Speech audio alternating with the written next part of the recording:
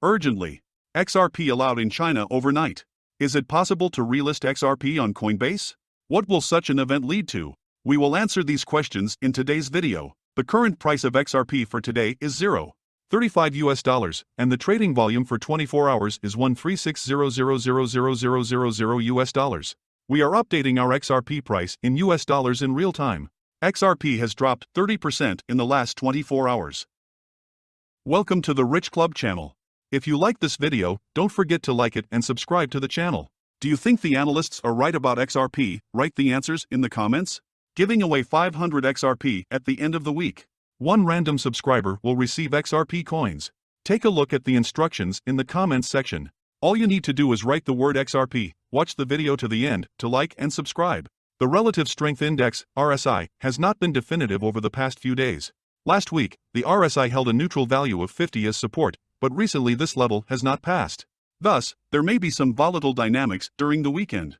Similarly, the Awesome Oscillator, AO, was also below zero. He has not yet shown a strong bearish impulse. The A/D line had a resistance zone that was directly overhead and was indicated by two dotted white lines. If A/D can overcome this region, it will be a sign of sustained demand for the XRP rally. The Directional Movement Index, DMI, showed the absence of a strong trend. ADX, yellow, it was at level 20, ADI just above the 20 mark. Technically, this indicated a bearish trend, but in general meant the absence of a significant trend over the past few days. The $0.35-$0.36 range will be important to protect the bulls over the next day or two. The formation of a lower low below this area will signal bearish strength. Momentum indicators were inconclusive on the lower timeframes. Bitcoin could also strongly influence the direction of XRP in the near future. Lawyer John Deaton, the founder of Crypto Law and the representative of the owners of XRP in court, makes a bold prediction about what may happen after the briefings on the summary judgment are made public. He stated, "When the motions for summary judgment are made public, we will see evidence that we currently do not know about, including testimony from Ripple CEO Brad Garlinghouse, co-founder Chris Larsen, Ripple CTO David Schwartz, and former Ripple employees, Hinman and other SEC officials, Amy Starr, Valerie S." He also added, "I predict that we will see also why it was so important that XRP holders were heard. When the summary judgment motions are public, we will see evidence we are currently unaware of, including testimony from at Garlinghouse, at Chris Larson's Fed Joel Katz and former at Ripple employees. It includes testimony from Hinman and other SEC officials, i.e. Amy Starr, Valerie S., etc. John E. Deaton, 212K followers beware imposters, at Johnny Deaton 1, August 20, 2022. According to the latest updated schedule shared by James K. Phelan, the remaining months of 2022 may be a key moment in the trial, based on upcoming decisions and petitions to be filed. It is expected that petitions for a summary judgment will be received by September 13th. Objections are expected by October 18th, and responses to any objections must be given by November 15th, before Judge Torres makes a final decision. Phelan predicts that Judge Torres' decision on expert petitions and a summary judgment may be made by March 31, 2023.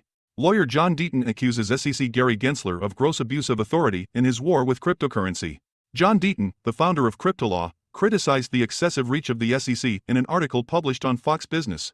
According to Deaton, Gary Gensler, chairman of the Securities and Exchange Commission, aggressively sought to expand the agency's powers beyond what is permitted by law. Highly recommended reading Sparkles at Johnny Deaton 1's article succinctly articulates the harm SEC chair at Gary Gensler continues to do perpetuate towards crypto. The SEC harms investors and creates disorderly markets by not providing regulatory clarity. https://t.co/vidra1tjob. Moonchaser, at Moonchaser 2020, August 21, 2022. He cited how, with the exception of congressional action, the Commodity Futures Trading Commission, CFTC, the main regulator of investments that are not considered traditional securities, has primary responsibility for regulating digital assets. This may mean that the SEC has limited jurisdiction over the cryptocurrency industry. In 1946, the Supreme Court issued its famous Howey criteria ruling, which laid out a four-part test to determine what qualifies as an investment contract. Deaton continued by stating that after Howey, Congress was unable to pass any new legislation that would directly regulate cryptocurrencies. This should mean that Congress intends to make the CFTC the de facto regulator of the cryptocurrency industry.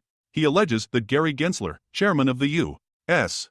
Securities and Exchange Commission, used this perceived lack of clarity to launch a campaign of regulation by enforcement that pushed Howey to the limit.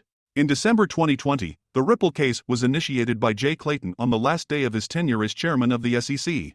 The Securities and Exchange Commission has filed charges against Ripple executives for allegedly selling XRP in a way that could qualify as a Howey security, since the proceeds, according to the Securities and Exchange Commission, were partially used to support the growth of Ripple's business. As a result, they were required to disclose information about these sales to investors, as a public business would do. John Deaton previously noted on Twitter that XRP is by far the most important altcoin in the cryptocurrency market as a result of the SEC's actions against him. He pointed out that if Ripple Labs loses the case, it could be dangerous for all other cryptocurrencies, as the SEC could mark them as unregistered securities. According to the letter filed yesterday, Ripple wants to classify the names and identifying information of third parties and some Ripple employees included in the petitions.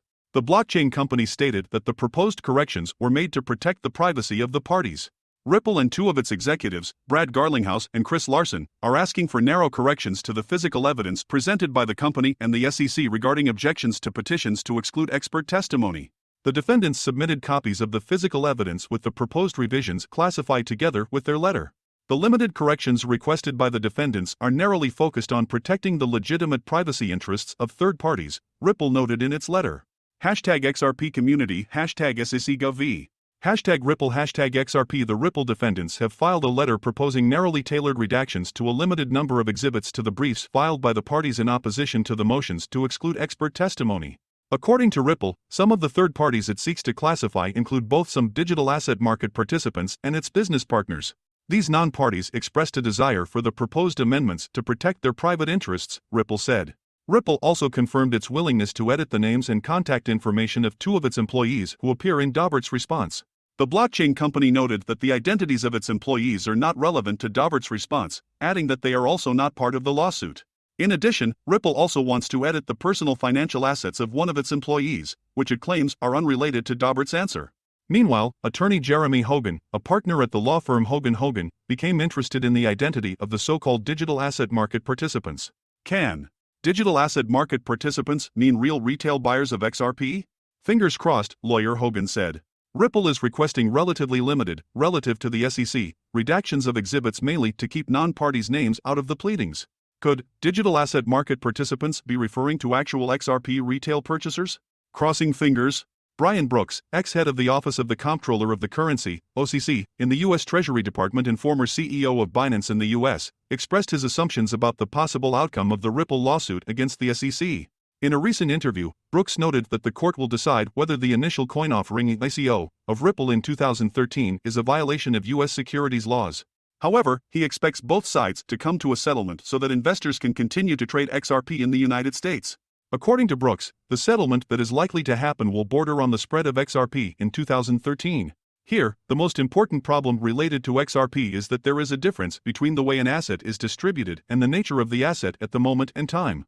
And I think the problem is that whatever happened during the initial distribution of XRP tokens 10 years ago, whether it was a security or not, it will be decided by the court. The question is XRP a security today? The answer is that the SEC itself has stated that assets can change their nature over time as they become useful and decentralized. I'll just make a quick prediction that a settlement will be reached somewhere.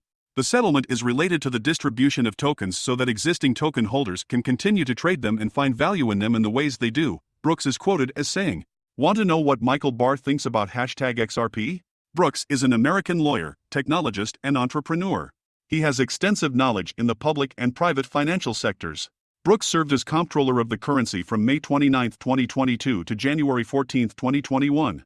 After serving as comptroller of the currency, Brooks became CEO of Binance, the United States. However, his tenure did not last as many expected, as he resigned just 3 months after starting work. I am informing you all that I have resigned as CEO of Binance US. Despite the differences over the strategic direction, I wish my former colleagues great success. There will be exciting new things," Brooks tweeted. Interestingly, attorney John Deaton, the legal representative of more than 71,000 XRP holders in the lawsuit, also previously said that the SEC would rather agree with Ripple than hand over Hinman's documents. Now it is time to reveal who is the lucky winner of our giveaway. We randomly selected one fan who fulfilled all the conditions. And the winner is Pol. Congratulations, Pol. So XRP Army, let's all congratulate Pol in the comment section below, and tomorrow we will relaunch our weekly giveaway free 500 XRP. Now let's get back to the video. What do you think are the prospects for XRP in 2023? Write your forecasts in the comments. Thank you for watching this video to the end. Please do not forget to like it and subscribe to the channel so as not to miss the release of new videos, and do not forget about our contest. Write in the XRP comments to add 500 XRP to your account.